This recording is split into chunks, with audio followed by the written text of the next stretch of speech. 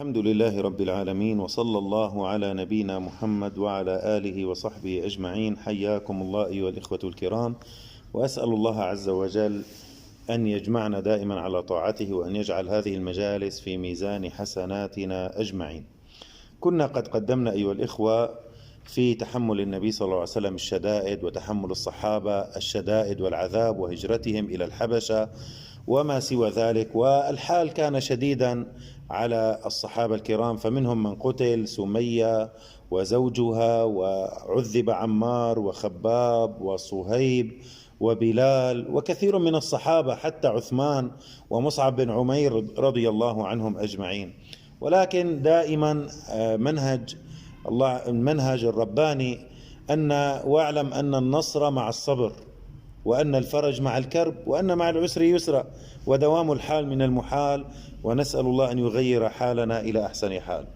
ففي هذه الظروف الملبدة بالظلم والطغيان ظهر بريق وظهر نور يضيء للمسلمين طريقهم، ألا وهو إسلام حمزة بن عبد المطلب رضي الله عنه. أسلم في أواخر السنة السادسة من النبوة، والأغلب أنه أسلم في شهر ذي الحجة. وسبب إسلامه أن أبا جهل مر برسول الله صلى الله عليه وسلم يوما عند الصفا فآذاه ونال منه، ورسول الله صلى الله عليه وسلم ساكت لا يكلمه. ثم يقال في بعض الروايات ضربه أبو جهل بحجر حتى نزف منه الدم، وهذا مستبعد والله أعلم، لقول الله تبارك وتعالى: والله يعصمك من الناس. فكانوا يؤذونه، نعم، يضعون سل جزور على ظهره ويشتمونه ويسبونه. أما الإيذاء الجسدي فلم يرد إلا في غزوة أحد، وهذه الرواية المختلف فيها والله تعالى أعلم.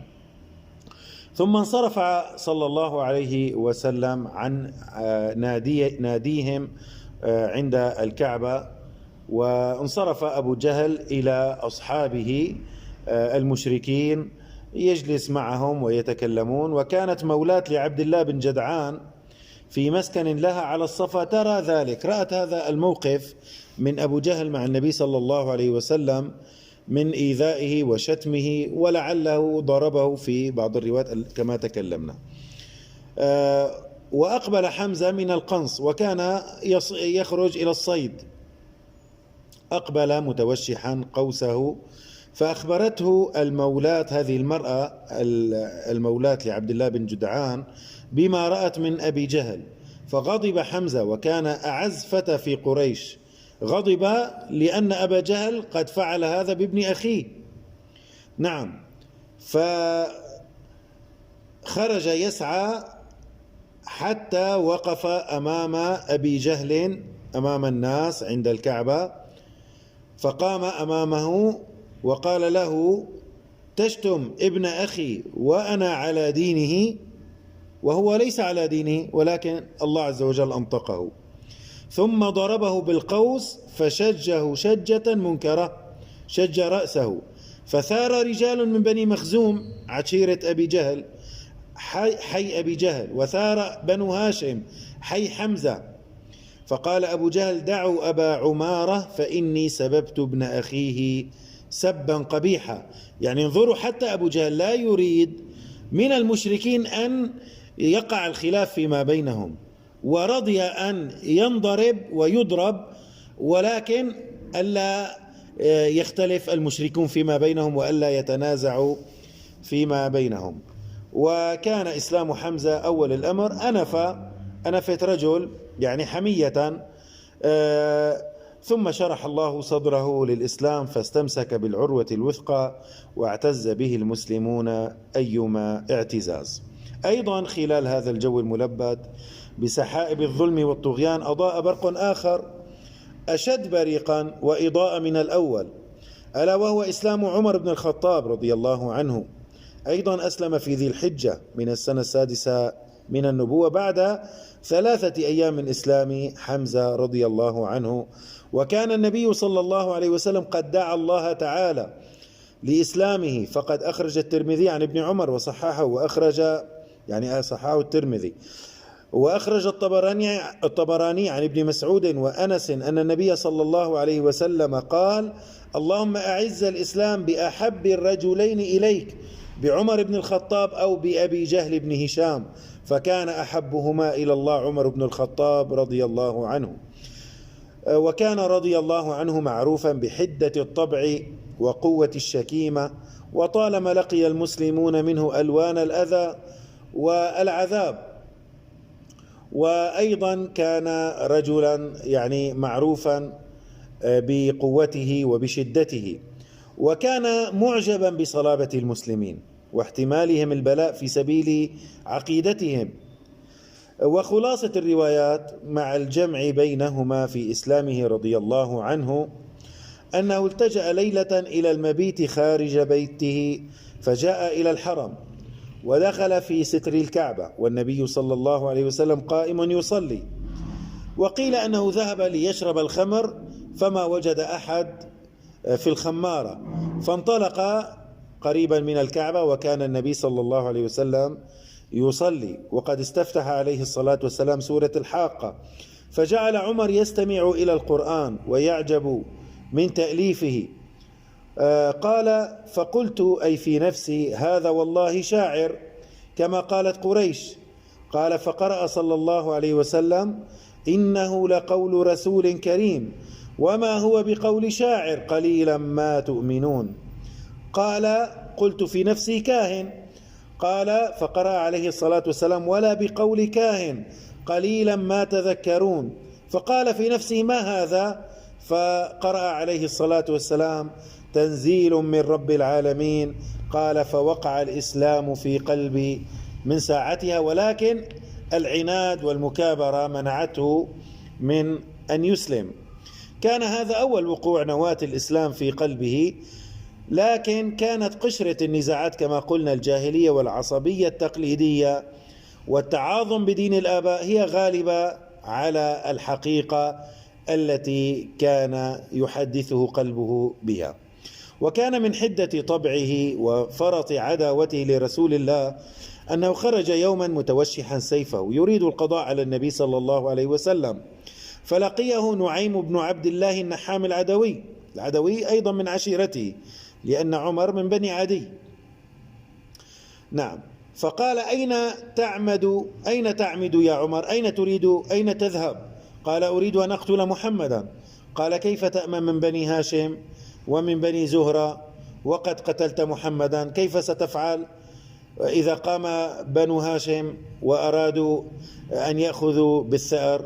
فقال له عمر: ما أراك إلا قد صبوت وتركت دينك الذي كنت عليه. قال: أفلا أدلك على العجب يا عمر؟ إن أختك وختنك أي زوج أختك قد صبوا وتركا دينك الذي أنت عليه. فمشى عمر غاضبا حتى أتاهما، وعندهما خباب بن الأرت معه صحيفة فيها طه، سورة طه، يقرئهما إياها. وهنا ملاحظة أيها الإخوة، لم يرد في أي تفسير من التفاسير المعتبرة أن طه هو اسم النبي صلى الله عليه وسلم أو ياسين هو اسم النبي صلى الله عليه وسلم، وإنما هي أحرف مقطعة مثل ألف لام ميم وهكذا. وقد أورد ابن القيم رحمه الله يعني بابا في هذا الموضوع في كتاب زاد المعاد، والله تعالى أعلم. وكان أحيانا خباب يأتي إليهما ويقرئهما القرآن، فلما سمع خباب حس عمر وكأنه سمع صوته توارى في البيت واختبأ، وسترت فاطمة أخت عمر الصحيفة، وكان قد سمع عمر حين دنا من البيت قراءة خباب إليهما، فلما دخل عليهما قال: ما هذه الهينمة التي سمعتها عندكم؟ فقال: ما عدا حديثا حدثه فيما بيننا. قال: فلعلكما قد صبوتما. فقال له ختنه: من هو ختنه؟ سعيد بن زيد أحد العشر المشهود لهم بالجنة. يا عمر أرأيت إن كان الحق في غير دينك؟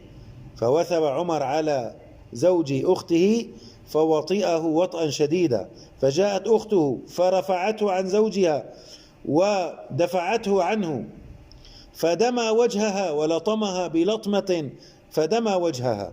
وفي رواية أنه ضربها فشجها، فقالت وهي غضبة: يا عمر، إن كان الحق في غير دينك أشهد أن لا إله إلا الله وأشهد أن محمدا رسول الله. فلما يئس عمر ورأى ما بأخته من الدم ندم واستحى، وقال: أعطوني هذا الكتاب الذي عندكم فأقرأه. فقالت أخته: إنك رجس ولا يمسه إلا المطهرون، فقم فاغتسل. فقام فاغتسل، ثم أخذ الكتاب فقرأ بسم الله الرحمن الرحيم، وقرأ من سورة طه حتى وصل: إنني أنا الله لا إله إلا أنا فاعبدني وأقم الصلاة لذكري.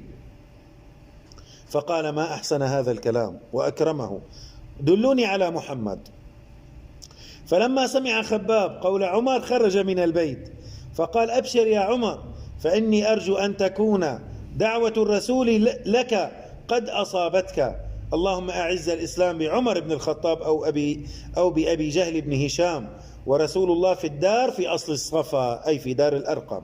فأخذ عمر سيفه متوشحه، ثم انطلق حتى أتى الدار فضرب الباب، فقام رجل ينظر من خلل الباب، أي من ثقب الباب، فرآه متوشحا السيف، فأخبر رسول الله صلى الله عليه وسلم أن عمر بالباب، أخبره أن عمر بالباب، واستجمع القوم، أصبح هناك مثل الاستنفار. فقام لهم حمزة وقال: ما لكم؟ قالوا: عمر. قال: وعمر، يعني يقول: وإذا عمر افتحوا له الباب، فإن كان جاء يريد خيرا بذلناه له، وإن كان جاء يريد شرا قتلناه بسيفه. ورسول الله صلى الله عليه وسلم يوحى إليه، فخرج إلى عمر حتى لقيه في الحجرة، فأخذ بمجامع ثوبه وحمائل السيف، ثم جذبه. النبي صلى الله عليه وسلم جذب عمر جذبة شديدة، فقال: أما أنت منتهيا يا عمر حتى ينزل الله بك من الخزي والنكال ما نزل بالوليد بن المغيرة، أي ينزل القرآن في حقك؟ اللهم هذا عمر بن الخطاب، اللهم أعز الإسلام بعمر بن الخطاب. فقال عمر: أشهد أن لا إله إلا الله وأنك رسول الله، وأسلم، فكبر أهل الدار تكبير سمعها أهل الحرم. وكان عمر ذا شكيمة لا يرام، وقد أثار إسلامه ضج بين المشركين بالذلة والهوان، وكان عزا للمسلمين وكساهم عزة وسرورا. وروى ابن إسحاق بسنده عن عمر قال: لما أسلمت تذكرت أي أهل مكة أشد لرسول الله عداوة. نعم، يقول عمر رضي الله عنه: لما أسلمت تذكرت أي أهل مكة أشد لرسول الله عداوة. فتذكر من أشد عداوة لرسول الله صلى الله عليه وسلم، فقلت: أبو جهل. فأتيته حتى ضربت عليه بابه، فخرج إلي وقال: ما جاء بك؟ قال: جئت لأخبرك أني قد آمنت بالله وبرسوله محمد وصدقت بما جاء به. قال: فضرب الباب في وجهي وقال: قبحك الله وقبح ما جئت به. وذكر ابن الجوزي أن عمر رضي الله عنه قال: كان الرجل إذا أسلم تعلق به الرجال فيضربونه ويضربهم، فجئت حين أسلمت إلى خالي وهو العاص بن هاشم فأعلمته فدخل البيت. قال: وذهبت إلى رجال من كبراء قريش لعله أبو جهل فأعلمته فدخل البيت. أيضا بعد ذلك سأل عمر، أو من أنقل الناس حديث، يعني يريد أن يقول لرجل أني أسلمت حتى يشيع الخبر بين الناس. فأتى إلى جميل بن معمر الجمحي، وكان أنقل قريش للحديث، فأخبره أنه أسلم، يعني قال له: أريد أن أقول لك شيئا ولكن لا تقل لأحد. قال: نعم. قال: أشهد أن لا إله إلا الله وأن محمد رسول الله. قال: فما انتهيت من كلامي حتى انطلق ونادى بين الناس: صبأ عمر، صبأ عمر. فقال عمر وهو خلفه: كذب، ولكني قد أسلمت. فثاروا إليه، فما زال يقاتلهم ويقاتلونه حتى قامت الشمس على رؤوسهم. نعم. وكان ابن مسعود رضي الله عنه يقول: ما كنا نقدر أن نصلي عند الكعبة حتى أسلم عمر. وعن صهيب يقول: لما أسلم عمر ظهر الإسلام ودعي إليه علانية، وجلسنا حول البيت حلقا، وطفنا بالبيت، وانتصفنا ممن غلظ علينا، ورددنا عليه بعض ما يأتي. وعن عبد الله بن مسعود قال: ما زلنا أعز منذ أسلم عمر. وهذا مصداق دعوة النبي صلى الله عليه وسلم: اللهم أعز الإسلام بأحد العمرين. فكان أحب العمرين إلى الله عمر بن الخطاب رضي الله عنه وأرضاه. فنسأل الله عز وجل أن يعز الإسلام بأمثال عمر وأمثال حمزة، وأن يهيئ لنا أمرا رشدا، وأن يدبر لنا، فإنا لا نحسن التدبير، والحمد لله رب العالمين.